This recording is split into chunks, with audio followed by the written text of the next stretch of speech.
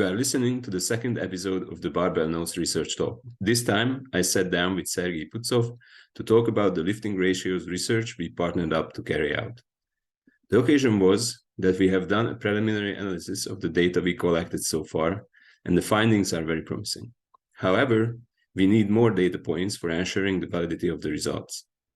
We created a new form, the link of which you can find on our Instagram page. It really takes just 2 minutes to fill out the form, and your contribution will help make our beloved sport better. In this show, we discussed many things, not just how the ratios were used in Sergii's training, but also we touched on why this research is important, how Sergii got into sports science and weightlifting. We touched on the selection process of athletes into national teams, the power snatch to snatch ratio, and so on. I hope you will enjoy this episode as well. So hi, Sergei. How are you doing today? Hello, Greg. I'm doing well. It was a busy day, but I'm excited about our conversation.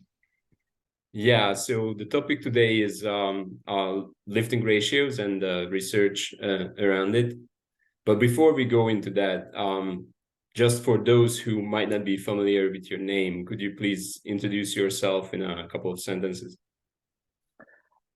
Guys, my name is Sergii Putsov. I am from Ukraine.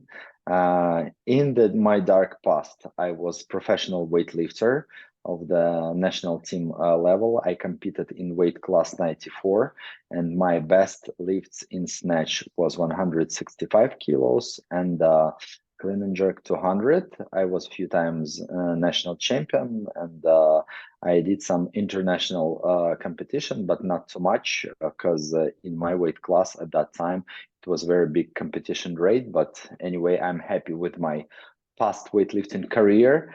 Now I'm lifting daily, maybe 3, 4, 5 times per week as a recreational weightlifter. I love this as a part of my fitness routine, and I have PhD in sports science.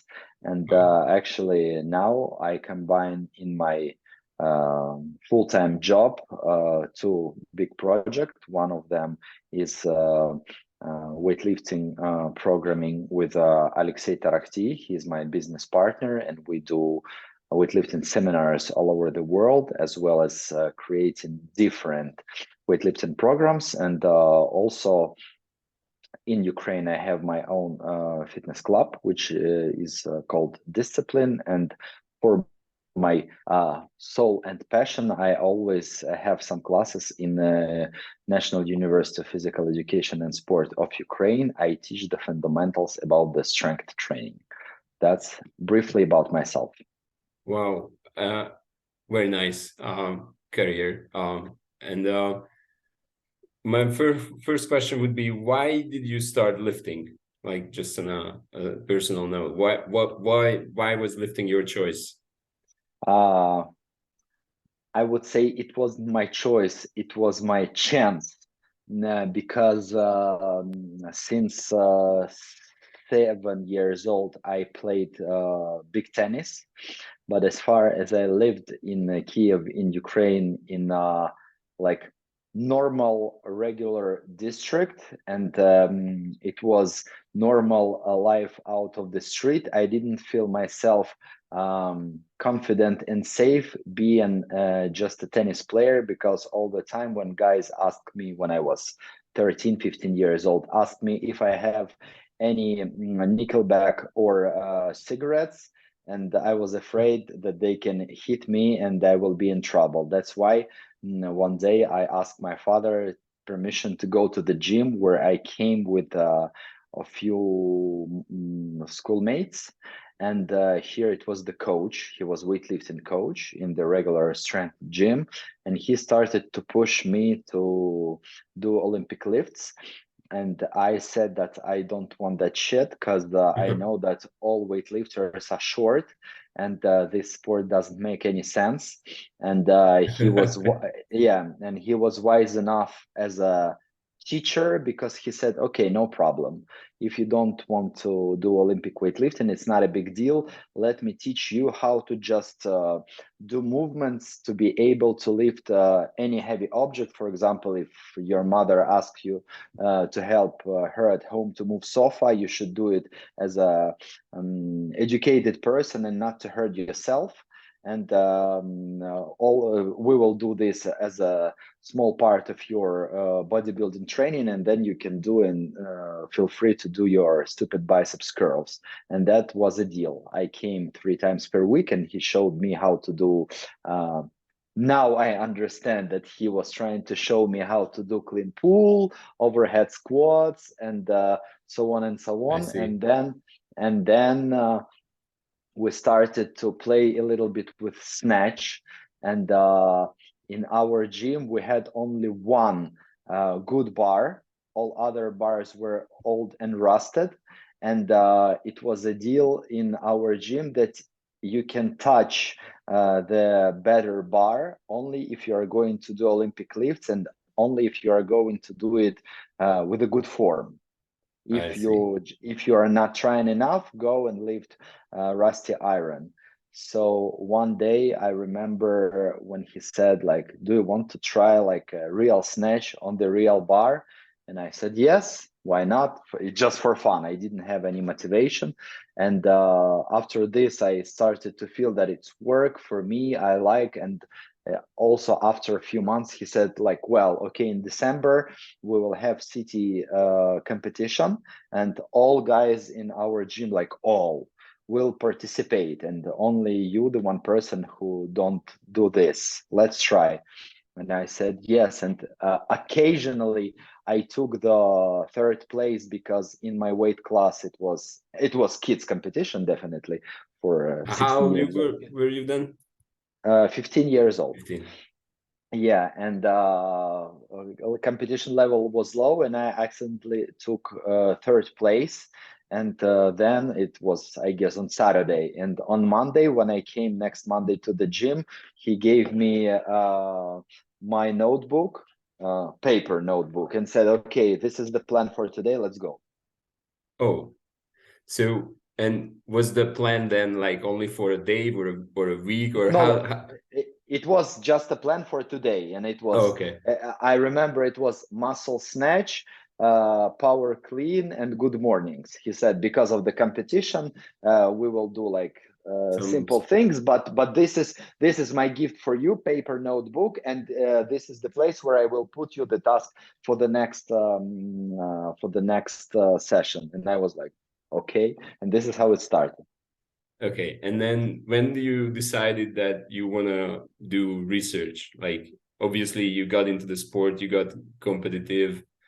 I think the 94, 96 is still very competitive class, one of the most competitive class.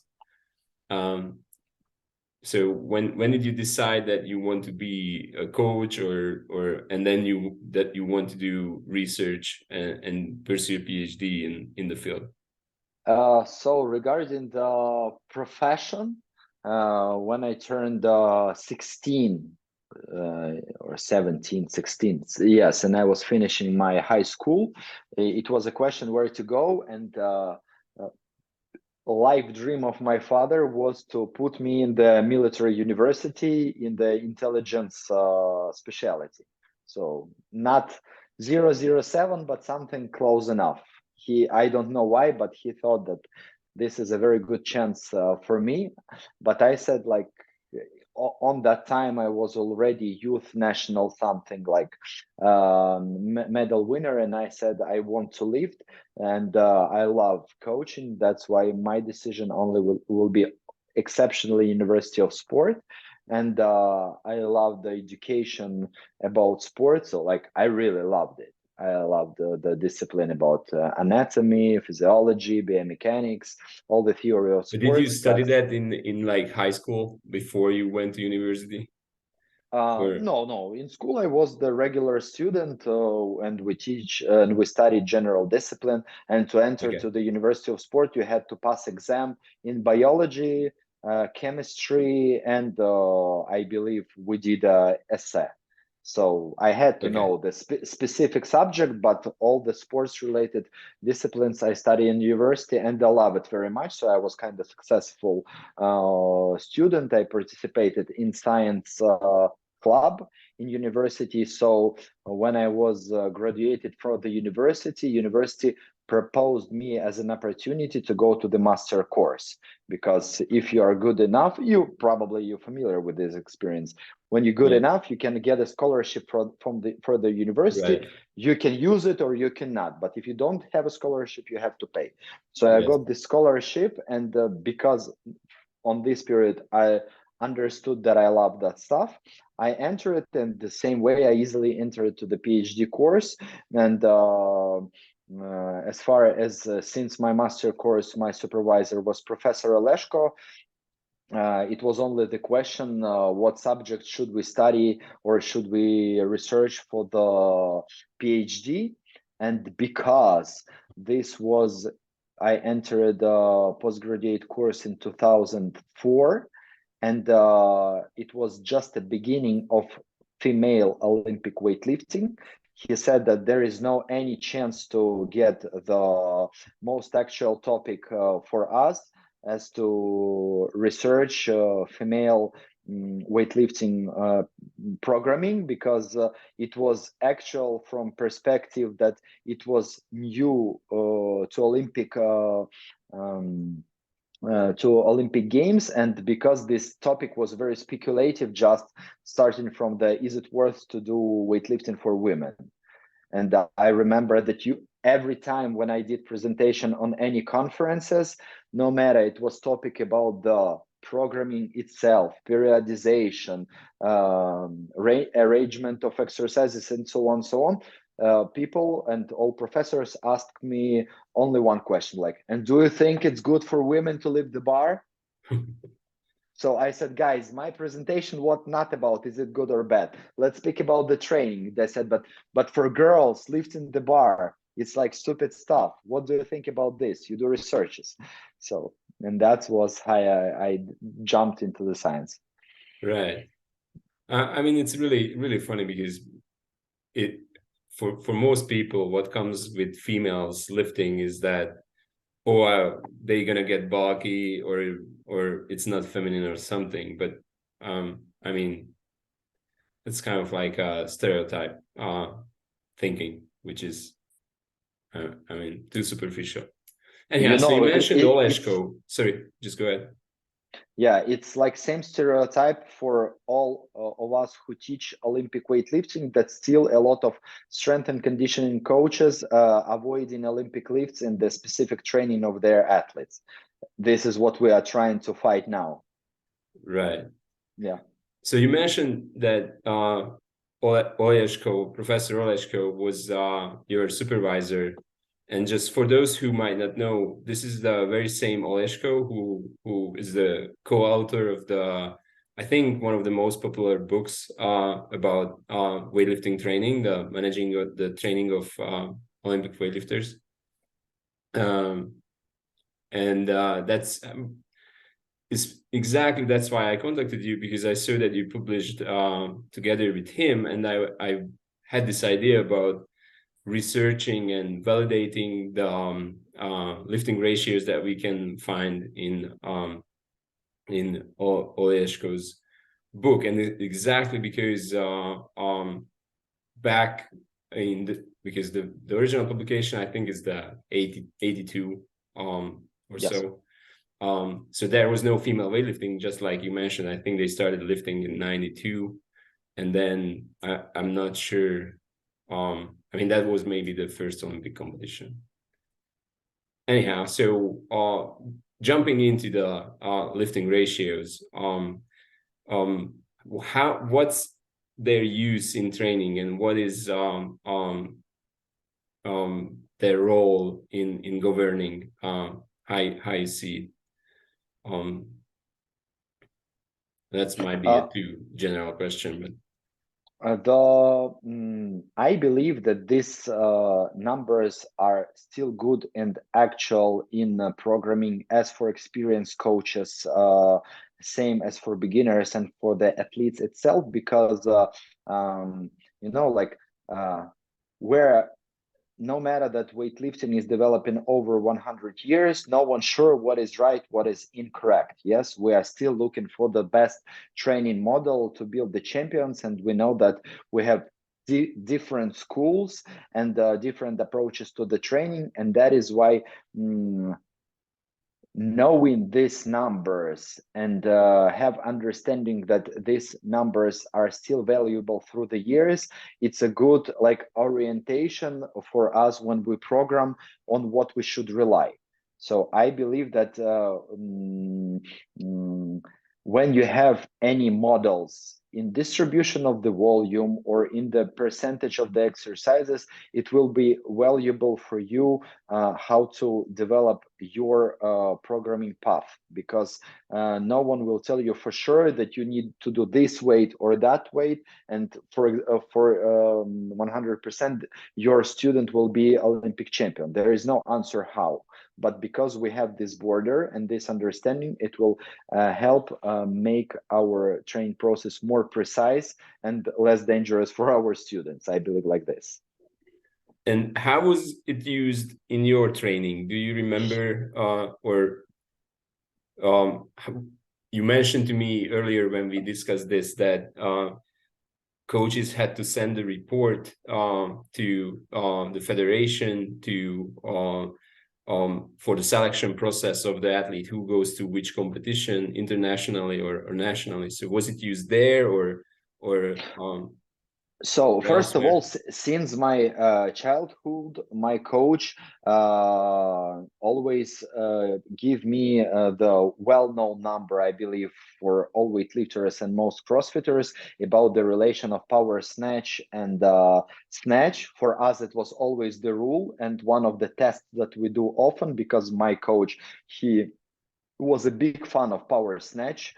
Maybe because I have because I had the mistake of not full extension in the power position. That is why he pushed me all the time through the power snatch to beat the big numbers, and he always motivate me like, look, today you did a good power snatch, and it means that you are ready for the next competition for bigger numbers. Because I remember for me it was a crazy, I don't know why, crazy step between 70 and 75 kilos in the snatch. I couldn't snatch 75 kilos maybe like year when I was a kid, and he always pushed me, like he said, you can do power snatch for double easily 65 kilos. What's your problem? And I remember these numbers always lived in my mind, and due to my personal weakness about the squats, he always pushed me with these models and said like, okay, we have this ratio in clean and jerk, so to make this clean and jerk consistent, we must push our back squat and front squat to these numbers. And as you said about the calculation in the national team, those numbers were one of the criteria during the selection, because chief coach always collected a specific amount of factors, like ratios in specific exercises, reliability on the competition, functional readiness of the athletes, like about his heart, body composition, and so on. And then he put everything on the table, and he said, okay, if we have two athletes with the same result, we must take into account everything else to decide who will go to the world championship, because we have only one spot. So, and I believe coaches, not I believe, I know that coaches in Ukraine still using this. I see. And then you mentioned the reliability of the athlete in competition. How was that measured? The calculation is very simple. 3 successful attempts is 100% of reliability in snatch. 2 attempts 66, 1 attempt 33. And I this is see. how, yeah, and this is how you calculate. And you are able to calculate average reliability, for example, on all your competition through the year. And for example, you can say, okay, uh, we need athletes who are ready to fight and who are ready to leave the last attempt. But if I see that you during the year on the sixth competition you never snatch third attempt and barely snatch the second, and we have another guy with the same result but who is very stable in the competition, who I will pick up. Yeah, Reliability, everyone. I believe that reliability, it's a very important index, and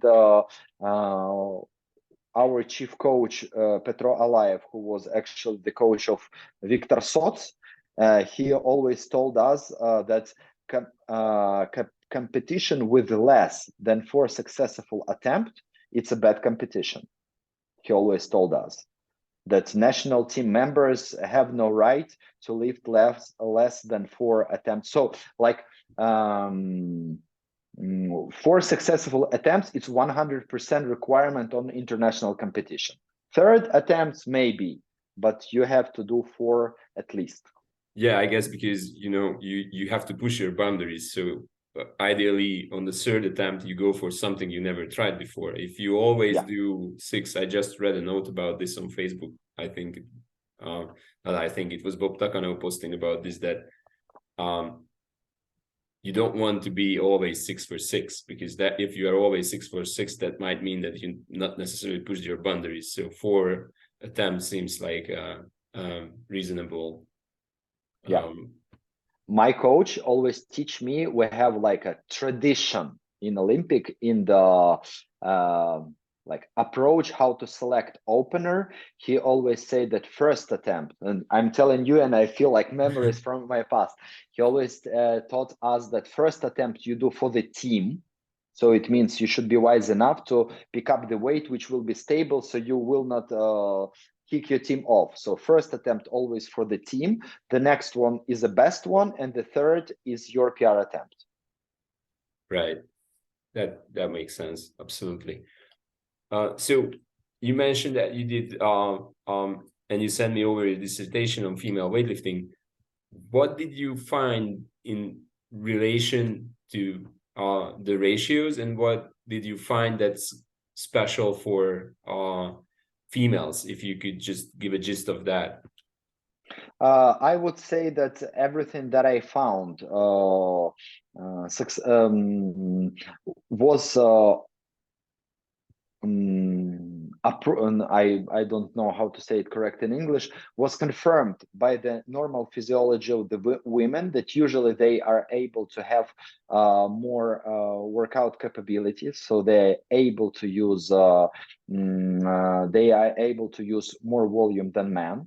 The interesting fact that we found out that girls are not able to do such a big jump due to not ability to be aggressive in lifting like a records weight. So for girls, there is a special peculiarity that they are almost ready every day to lift 90% without going crazy, but they are not able, like men, make a crazy things and do a big jumps. And this give us understanding the next, that women usually build more stable result. They will be more stable on the competition than men, but from the other side, they are actually not able as good as men to do any hero's jump or beat the rival by adding more kilos that they never lifted.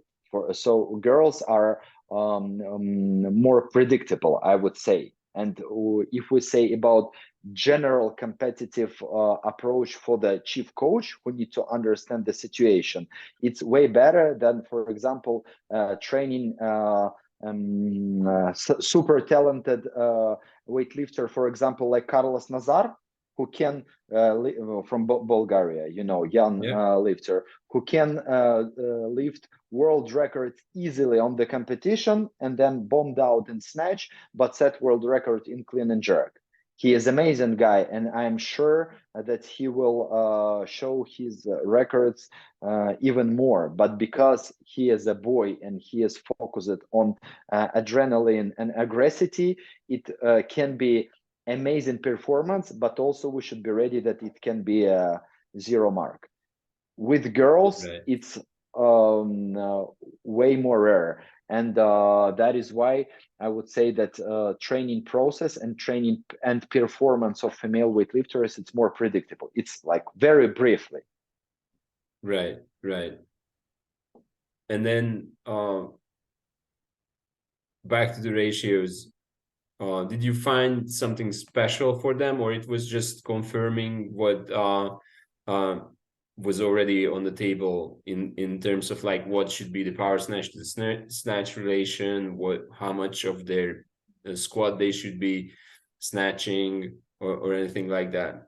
What I found for the girls, I can't say that it was something unexpected, but I would say that, and we spoke with you already, that for example, in power snatch, girls usually showing a little bit bigger result than men. So usually it's something about 85, 87. And for men, it's Right. usually something about 82, 85. But it's, how would say in English, statistically doesn't, It's not mm, significant.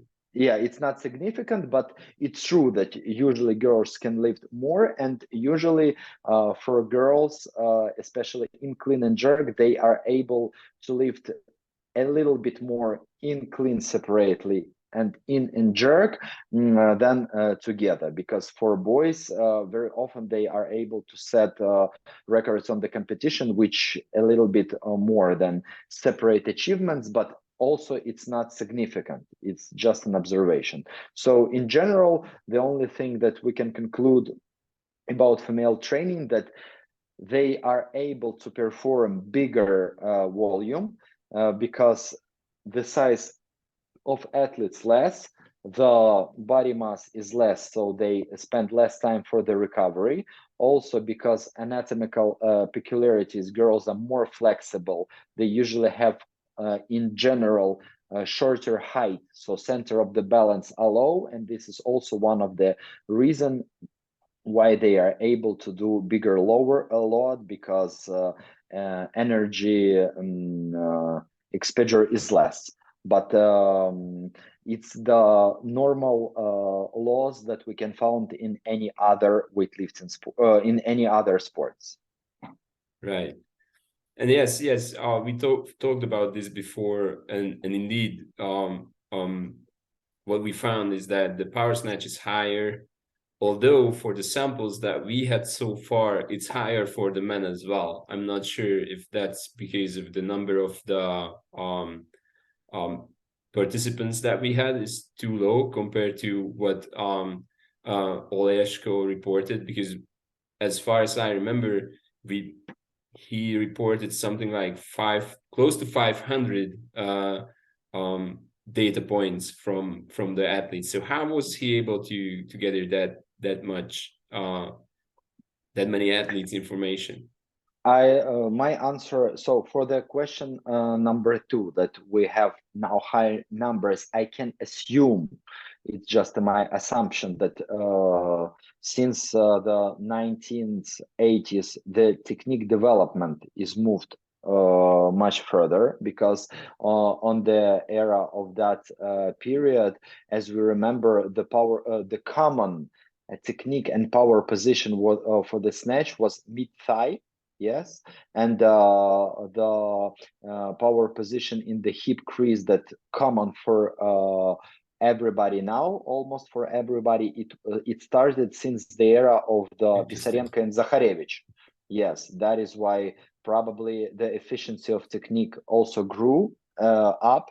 And also, I believe the technique grew because of the drug testing restriction. So people started to focus more on the quality of the movement. It's my assumption.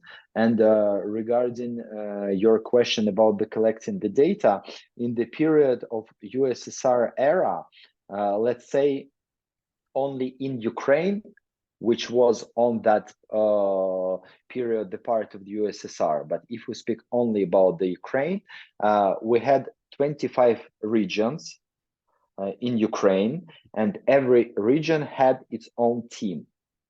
Wow. And the standard team for the region was 20-person. And 20-person for the 25 region, it's already 500. And it's only, yeah, and it's only if we speak about the one preparation. But if we will do researches, for example, for a year for the 3, 4, 5 competition, it will not be a big deal to collect this data. And that is why, especially in USSR, for example, if university sent to chief coaches of the region an order to collect this, it was not a big problem. I see. And then I guess as your coach, most coaches also were tracking this, and then they had the data available, so they could just give it to Olyashko. Yeah. Again. By the end of my diary, I had I did a table with the pen, and I had all these exercises. And for me, it was a challenge. Every preparation, I put my progress in all these exercises. So it was not just my responsibility, it was my challenge. So I had a lot of fun to track my progress in squats, to track my in back squats and front squats. And coach also always tell me that one table you wrote in kilos, and another table you always wrote the percentages in a relation with snatch and clean and jerk. So for me, it was like a big game. I see. And was that average? Like everyone did that? Or because what I found is that many athletes now that I had contacted with, or the coaches I consult with, they say athlete compliance with tracking, maybe they track their records, but that the workouts that they, with that, they are not so efficient. In my school, and I would say in USSR-ish school, the paper book weightlifting diary, it was like a big deal for me. It was, I still have all my diaries at home. It's all collected. It's like this. I had maybe like 12 for 12 years collection I have, since I did like 65 snatch and 80 clean and jerk. I have everything. And since I started to lift something about 90 in snatch and 115 in clean and jerk, I calculated everything. So my coach explained it me. I had a calculation of volume, reps, and intensity for every exercise, every training, then week report and month report. And Wow. I did this consciously, because I understand that this is important tool for my coach. I see. And for us, it was really challenging, because we compared session to session, we compared period to period, and because we had like standard-ish structure of preparation, and I knew that for the main competition I have 3 months preparation, I was able to compare a changing of the volume, changing of the loads in intensity zones. And that is why it was your question about what I knew about the training before the university. I would say that closer to 16 years, I knew a lot about the programming, just because I calculated everything with this machine. Jesus. Yeah. And for me, it was a lot of fun, honestly. Yeah, I can imagine. I mean, you must be that numbers type of person. I mean, some of us are like that. We like doing the math and stuff. That's cool. So then the question arises, how can we match that volume of data that was prepared or collected in Olyashko era? Because I feel like what we need to do to really learn new things or validate actually those numbers, we should hit the same amount somehow. And that's why I'm happy that you joined us with this, first of all, because Olyashko and you will be involved in the revalidation, and maybe we can get this to as many athletes as possible again. So about the ratios, it's interesting what you said about the technique, that the technique changed. I wasn't aware of that. And that might explain why also the male's power snatch ratio is higher now, as well, we still have to confirm that, but so far it seems it's higher. And it's really interesting that all the rest of the ratios, they seem to be pretty similar to what Oleshko found. So hang snatch, block snatch, it was around 95, 96% in Oleshko's book. And now it's for both genders, which is also interesting, 96, 97-ish. So it's really not that statistically significant variance from before. And the same goes for the overhead squat. I think it's 109, 106 ish, which is again not too far. I just wanted to mention that. Anything else you would like to add for the ratios research thing? I'd like to add that as we spoke with you and we are focusing on collecting data, I believe that somehow we involve weightlifting world to help us with this data, and I'm sure that it will be successful experience, because for most people, for most weightlifters, it's not a big deal to share with this data, because I don't believe that it's super secret. First of all, the second one, it's easy, where the type of researches that we are trying to provide, not requiring any practical action. So only share your data, and then we will work on it to validate and bring actual knowledges to weightlifting world how to develop programming. So yeah, we I'm created sure we will do a new form where we're gonna have the clean and jerk information as well, and it's gonna be available in Google Forms, and probably I will put a link next to or under this episode's links where people can submit their data anonymously, because it's an anonymous research, and it's gonna be a collaboration with University of Kiev and two American scholars from two different universities, Sacred Heart Universities, Chris Tabor, and West Virginia University with William Hornsby, gonna also join us. So it's gonna be a international research project, and we plan to publish that as well. So where can people find you if they looked interested about your programming, coaching, and other weightlifting related contents?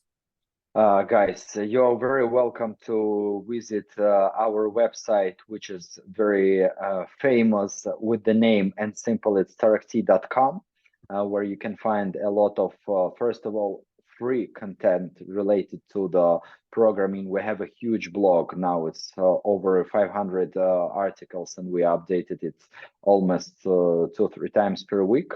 So feel free to use this as a knowledge just to develop yourself, leave your comments, and bring us new ideas what to create, because we love to do this very much.